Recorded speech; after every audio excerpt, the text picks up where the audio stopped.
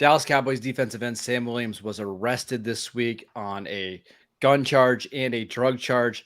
How much could that impact his future with the Cowboys? All that and more this episode of the Locked On Cowboys podcast. You are Locked On Cowboys, your daily Dallas Cowboys podcast. Part of the Locked On Podcast Network, your team every day. Locked on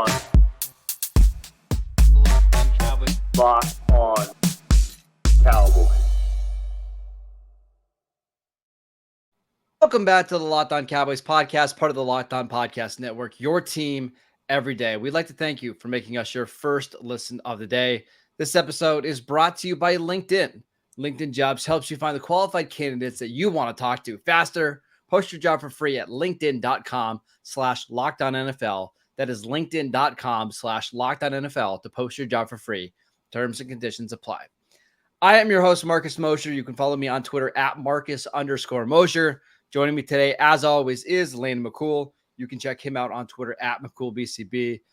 Landon, this happens basically all the time. We try to figure out what we're going to do for content, throughout the week. We didn't have anything after yesterday's show. We always just say something will pop up. Lo and behold, we've got some news that happened this morning.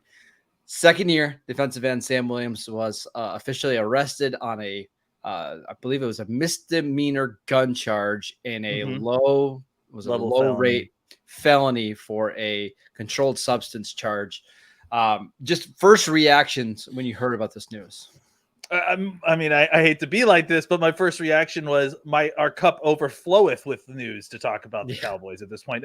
We got this after a surprise broadcasted practice that we were going to dive in deep. Look, it's unfortunate, obviously, and it's never good that these guys get arrested. We're still kind of waiting to see exactly what the specifics are. There does seem to be some kind of conflict on what the controlled substance was, and I think that it matters, as far as how much it's going to affect, his outcome, as far as the effect of his ability to play on the field. But to be honest, it isn't going to have, I think, a major impact on his career. It isn't going to have a major outside of, likely he's going to probably be in the drug program now. So he's going to have, that is something, honestly, that may be the long-term issue here, right? That comes out of this is that he likely will face some kind of suspension probably next year. We were just talking about just because of how this process plays out, or later. Wait a long time. They want everything to be settled in the courts before, like we saw with Alvin Kamara.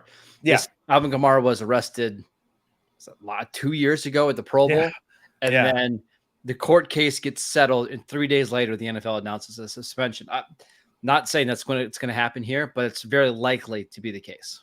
And, just kind of based on what we've seen so far, it gets, again, depending on what we're talking about, we don't know exactly what we're talking about, but usually, I remember I read somewhere that, I've seen a couple of different examples of felony gun charges like this, and they usually hold like a 1-game suspension for, per situation, right? I saw that Chris Jones got a 2-game suspension for 2 separate gun violations. There's obviously a drug element in this. We don't know how all that sorts out. Sometimes these charges get dropped in the process of pleading out and all that stuff. So it's all very preliminary. I think that the big thing here is that, so much for the quiet off season. And then on top of that, Sam is going to have to be very careful from here on out, because no matter what, he's in the drug program now. Yep. So he's going to start getting drug tested more regularly.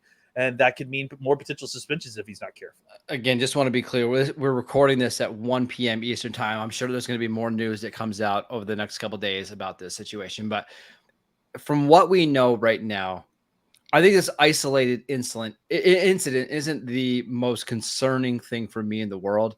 However, you do have someone who has a little bit of a history with some run-ins with the law. Was it last January? He got a misdemeanor traffic, basically a violation for going 98 miles an hour in a 55 zone. Yep. Going back to college, there was a sexual assault case that I think eventually got dropped. Again, when you put all those together, he just kind of looks like somebody who might be somebody to monitor. I guess that would be the best way to put it, right? He's got an impulse control problem. It seems like, I hate to make a judgment about a person's character from the outside, but based on those issues, and then based on several different on-field situations where he's, We had a penalty last week, right? Yeah, just got a personal foul and stuff. So, look, I mean, that's kind of part of what comes with some of these players, right? They play this type of violent athletic sport. Sometimes they're not fully grown human beings yet, and fully developed. So he's a 23-year-old kid, So, I mean, he's a man, but 23-year-old man is a young man. So he's still got some growing to do. We hope for the best for him, obviously, and that he sorts this out. Maybe this is a wake-up call for him. Now, you don't anticipate the Cowboys doing anything drastic here, like suspending him themselves for a long time or just straight up releasing him? No, absolutely. This is not, look, is it worrying? Absolutely. But the actual case that we're dealing with, the situation we're dealing with is pretty small, honestly. We're talking 1 or 2 game suspension at the most. Let's go dramatic, and let's say it's double that. It's a 4-game suspension, and the Cowboys just don't have him for September. How big of a loss would that be to not have Sam Williams? I mean, it's not great. You really expect him to be a huge component of this pass rush. We talked about it yesterday on the show. Yeah, I mean, of all the positions that you're going to lose a guy, I mean, you've got incredible depth there. So I think you will be fine. But it's obviously much better if Sam Williams is on the field. And the other thing that makes this a little harder, especially if you have an early season suspension, is we just haven't seen a lot of Dorrance Armstrong during training camp. He injured his hamstring the first or second day. And I mean, you tell me, you were out at Oxnard. Did you see him doing anything on the field? Honestly, I think the first time I've seen him do anything significant was in yesterday's practice. So, I think he's just now starting to work his way back into practice. But I also think they're going to need him. Yeah, absolutely. I also think that may have been out of abundance of caution, and because they know that he doesn't necessarily need it as much as Sam Williams would benefit from a lot of those reps, taking them in training camp. Yeah, so we're going to monitor the situation. We'll continue to update you guys with any new storylines that develop. I'm sure we're going to get some news. I'm sure the Cowboys are going to make a statement over the next, few hours. I think we'll get one. If anything significant happens, make sure you tune into tomorrow's show. We will break it down. But, Landon, we also have a practice that we need to talk about, one that we were not anticipating really happening. Let's get to that next. This episode is brought to you by Bird Dogs. We absolutely love our Bird Dogs. Bird Dogs make you look so good. Bird Dogs stretch khaki shorts are designed to fit slimmer through the thigh and leg, giving you a truly sculpted look. Bird Dogs shorts do the exact same thing as Lululemon, but they just fit way better. They fit better than regular shorts that are made of a stiff, restricting cotton. Bird Dogs have fixed this issue by inventing cloud knit fabric that looks like a khaki, but this one stretches so you get a slimmer fit without having to sacrifice movement. Bird Dog uses anti-stink sweat wicking fabric that keeps you cool and dry all day long. I got to say, I just ordered the Bird Dog pants. They're like the long pants. Yeah. Absolutely fantastic. I wear them around my house all day long. They are so comfortable. Go to birddogs.com/LockedOnNFL or enter promo code LockedOnNFL for a free white tech hat with your order. That is birddogs.com/LockedOnNFL or use promo code LockedOnNFL for a free white tech hat. You won't want to take your Bird Dogs off. We promise you. Welcome back to the Locked On Cowboys podcast. Everydayers, we've got another practice to cover on tomorrow's podcast. So make sure you tune in for that. But we need to talk about the Cowboys blue-white scrimmage that they had last night. We got to see a lot of the stuff that happened in practice. Pretty good. Now, some of the stuff the Cowboys like to cut out a little bit. And they zoom right up on a player. Cut away as the play's happening, or cut away as it was crazy, man. It was making me nuts. We're used to that. I did see a post from our guy Kyle Yeomans at DallasCowboys.com who said Brandin Cooks was the winner of yesterday's practice. I think you agree. Yeah, absolutely. I mean, he had a really long touchdown on a broken play that was where Dak had gotten guys offside. We should have a conversation about cadence, because I think that's another thing that a conversation that we should be having about this offense. But real quick, about Cooks. You had a 60-yard long touchdown during the Mojo Moments practice, which, by the way, also featured Zach Martin working in with you had their full starting offensive line during that Mojo Moment, which was really great to see. And I think there was a couple other catches that he made on crossing routes and that sort of thing. He's been out here making plays. It's it's so workmanlike. It's so like, kind of just expected that it kind of gets overlooked. But yesterday he really did have some great flashes. And it kind of just reminded you, hey, we also still have this other really valuable weapon who is going to be really, really taking Dak's game to the next level. I mean, just simply by the way of the threat of him being out there and the space that he creates, it's really going to help things open up underneath. Yeah, I feel like we haven't talked about Brandin Cooks at all over the last 3 weeks because it's been weird. Jalen Tolbert or Jalen Scott or Schoonmaker being back. But one of the reasons we're so optimistic about this offense this year is because they have Brandin Cooks, who gives them a speed element that they just didn't have last year.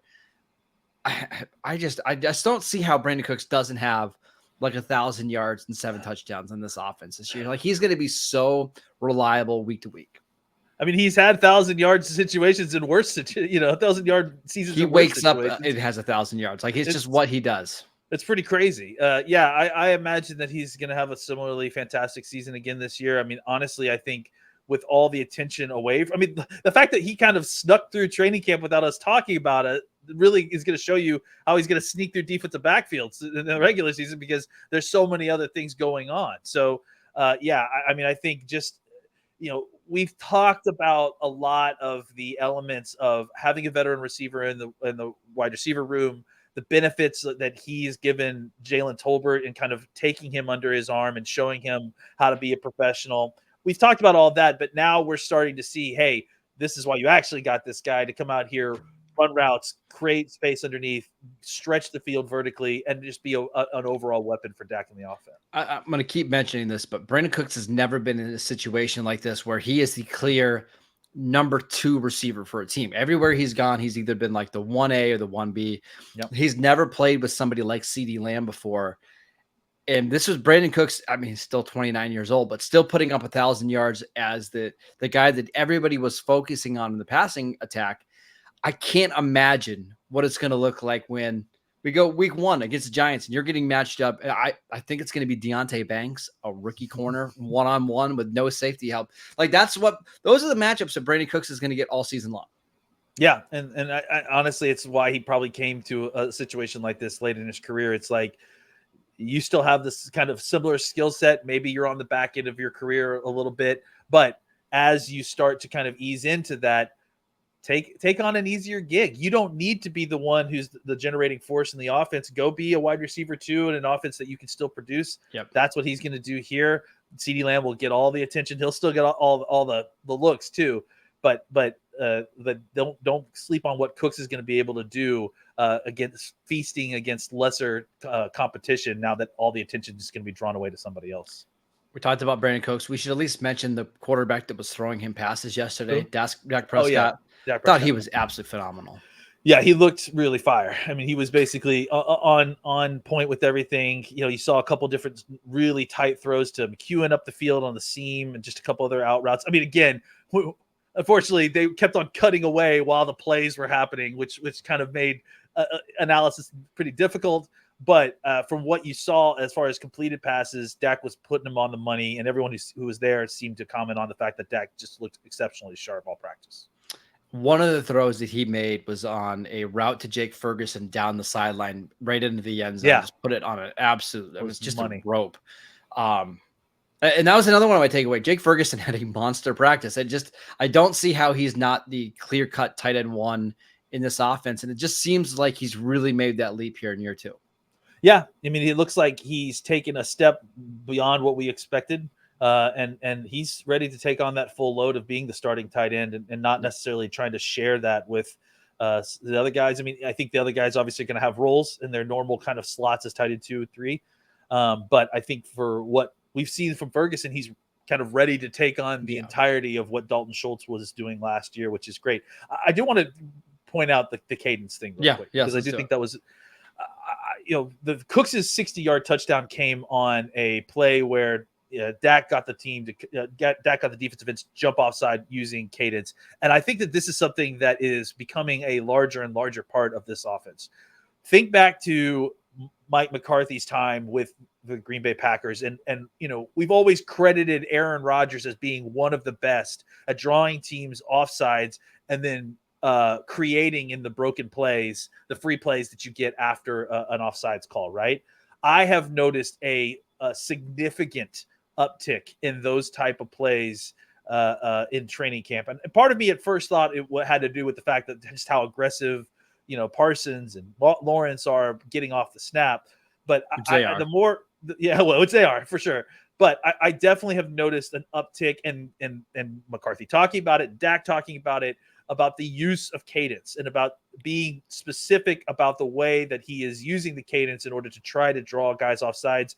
And I think that you've seen the results. I mean, the Cooks thing was exactly what you're looking for to happen. They want to get these guys on the other side and then get a free play where the defensive line is discombobulated. And it's basically the best part about a free play, obviously, is that there's zero downside. The second best part of a free play is that you're basically operating in a 7-on-7 situation, right? Because your defense, the guy that jumps almost always stands right up, and then they kind of rush. Like that's always right. Happens. And so you get like a good second and a half of just clean, no one coming after you. One Mississippi, you get a hitch, and then you can throw it all the way down the field. So creating those situations is more of just trying to squeeze every advantage out of the offense that you can. And I'm glad that the Cowboys are using more of it because clearly it was a huge, huge advantage for Green Bay's offense when Aaron Rodgers was doing it. So I've got a question about this because I think for you to do this consistently in a game, which Aaron Rodgers does, is you need a really good center that just knows how to recognize when guys are jumping offside. So how much is on Tyler Biadasz to realize, hey, this guy's offside, I'm just snapping the ball even though Dak hasn't called for it? Like, is it more on Dak or is it more on the center? It's both. It's the whole offense, right? I mean, because you got to know, and it's not even just the offensive line and Dak. The wide receivers got to know, hey, I'm still going. I'm running this play like it's still a full play. You don't want him like seeing the offsides and then running a half a slant and then throwing his hands up. You want him to run the slant full speed because here's the thing. Just like the defensive line will give you a step, they'll kind of figure out what's going on. They'll give you a second. The defensive backs will too. So if they get called offside, sometimes you'll catch a defensive back kind of throwing his hands up because he thinks the play is over.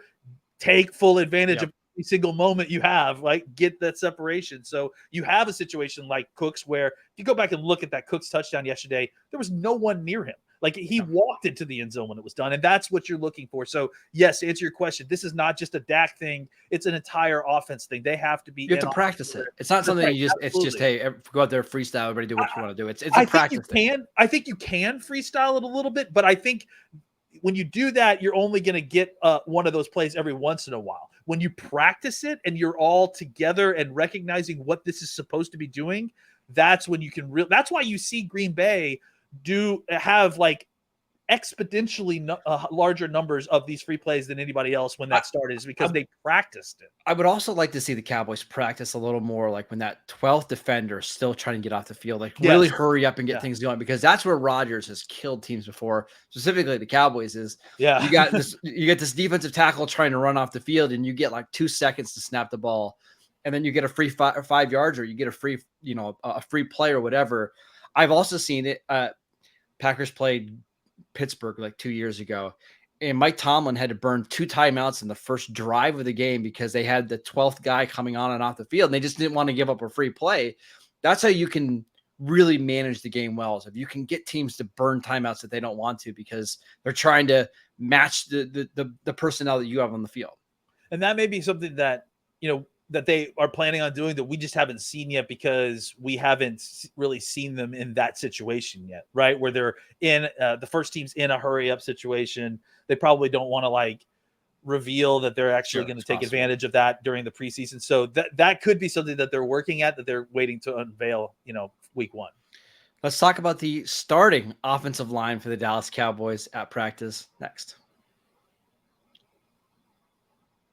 This episode is brought to you by LinkedIn. These days, every new potential hire can feel like a high-stakes wager for your small business. You want to be 100% certain that you have access to the best qualified candidates available. That's why you have to check out LinkedIn Jobs. LinkedIn Jobs helps you find the right people for your team faster and for free. It's so easy to add a job post. All you just got to do is create the job post and then add the purple hashtag hiring frame to your profile to spread the word that you're hiring. Simple tools like screening questions make it easy to focus on the candidates with just the right skills and experience so you can quickly prioritize who you'd like to interview and hire. It's why small businesses rate LinkedIn Jobs #1 in delivering quality hires versus leading competitors. LinkedIn Jobs helps you find the qualified candidates that you want to talk to faster. Post your job for free at linkedin.com/LockedOnNFL. That is linkedin.com/LockedOnNFL to post your job for free. Terms and conditions apply. All right, Landon, for the first time in a calendar year, the Dallas Cowboys have their full offensive line at their disposal. At yesterday's practice, we had Tyron Smith at left tackle. We had Tyler Smith at left guard, Tyler Biadasz at center, Zach Martin at right guard, and Terrence Steele at right tackle. And a tear almost came down my eye. I mean, I was in full tears. I took a picture of it and I posted on Twitter. It's like, it's so beautiful. Yeah. I mean, again, it's pretty crazy to think about the fact that the Cowboys' true starting offensive line, the ones that the line that was promised, has not played a regular season game together since 2021, right? Yeah, is that right? That is right. Yeah. That's crazy. And so we saw them on the field together for the first time, obviously because of Zach Martin's holdout and all of that. So it was really, really great to see them all out there together. Honestly, like in the mojo moments that they were there, like it immediately was better. Like it was crazy just how immediate it was, right? A noticeable and immediate difference. So I think that was really great to see. They got out there in the mojo moment together. There wasn't a ton of work. They're still being very cautious with Zach Martin, and frankly, they're being still very cautious with Tyron Smith too. And we saw, as they should be. We saw that it was a situation where they're still rotating those guys out, right? They're still, and we should talk about that. We saw TJ Bass get an opportunity to play right guard yesterday with the ones. We saw Awesome Richards get an opportunity to play with left tackle with the ones, right? And we have to mention, because we said it in the podcast. Yesterday's podcast seemed like 2 weeks ago at this point. Yeah, Mike McCarthy's an everydayer, so that's great. Yeah, exactly. Yeah.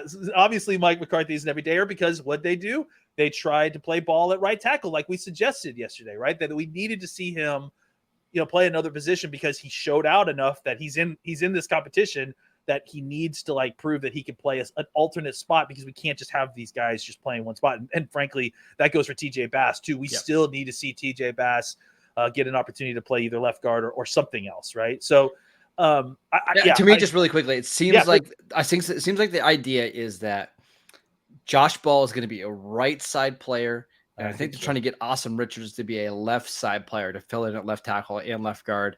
And then Farniak is probably the guy that can fill in all three interior spots. Probably not well, but he's going to try. And then we'll see about TJ Bass, where he fits into all this. Yeah, and honestly, I think we still need to figure out exactly what their plan is with Chuma Edoga, right? Like, I mean, obviously he's still on the list. I mean, on the team, and he's injured, but he didn't practice yesterday. So we don't know what the status is, how long he's out. I did notice yesterday, I didn't realize this, but Chuma Edoga is technically a vested veteran. So maybe what you could do is, if he's interested, you could waive him with an injury settlement and then re-sign him on the other side of a week one if he's interested in coming back and rehabbing with the Cowboys and playing with them next year. So there's things that they could do here, but I think what we've seen now is that it's fantastic to have the starting offensive line back. It's a noticeable difference. I think it's a noticeable difference for the twos. Like, just since Zach Martin is back, the offensive line has played better, even when Zach Martin isn't on the field, right? Yeah, because everybody gets knocked down or wrong, basically. That's right. And so I think that's a huge thing. And then on top of that, obviously, there's a level of excitement, at least amongst us, in some of these younger guys potentially being able to take over these backup jobs. We're not 100% on it yet. We're not feeling fantastic about it. But as we stand right now, I feel like I'm supposed to feel for Awesome Richards and Ball with another 2 weeks still left to go before the regular season. How did Brock Hoffman look yesterday? He looked okay. I mean, he certainly didn't look as bad as he did in that game the other night. I don't know. I think Hoffman's a practice squad guy. Listen, here's the thing. Here's what I like about Hoffman. I like his attitude. I like his he has a level of fight in him. He's got some nastiness to him. Yeah, he has some nastiness. So I'll cultivate that on the practice squad. But and I think that's why Dallas wants. They just want if we got to play him, it's going to be somebody who's going to be a grinder, a fighter, and we'll try to get through a game. Like that's there's a spot for that player in the NFL. Listen, I wonder if he isn't the one who's kind of rubbed off a little bit on Biotish, because that's what we needed to see from Biotish, and we've seen a lot more of it this training camp. So yeah, absolutely. All right, that is it for today's show. We want to thank you for making Locked On Cowboys your first listen every day. Again, every day, we'll be back tomorrow to break down the practice, so make sure you tune in for that. And then on Friday, we'll get you for the preseason, or get you ready for the preseason game against the Raiders. Again, last preseason game before the regular season. Should be a lot of fun. Go check us out on YouTube. We are free and available on all platforms. Go follow Landon on Twitter at McCoolBCB. I'm at Marcus_Mosher, and we'll see you next time.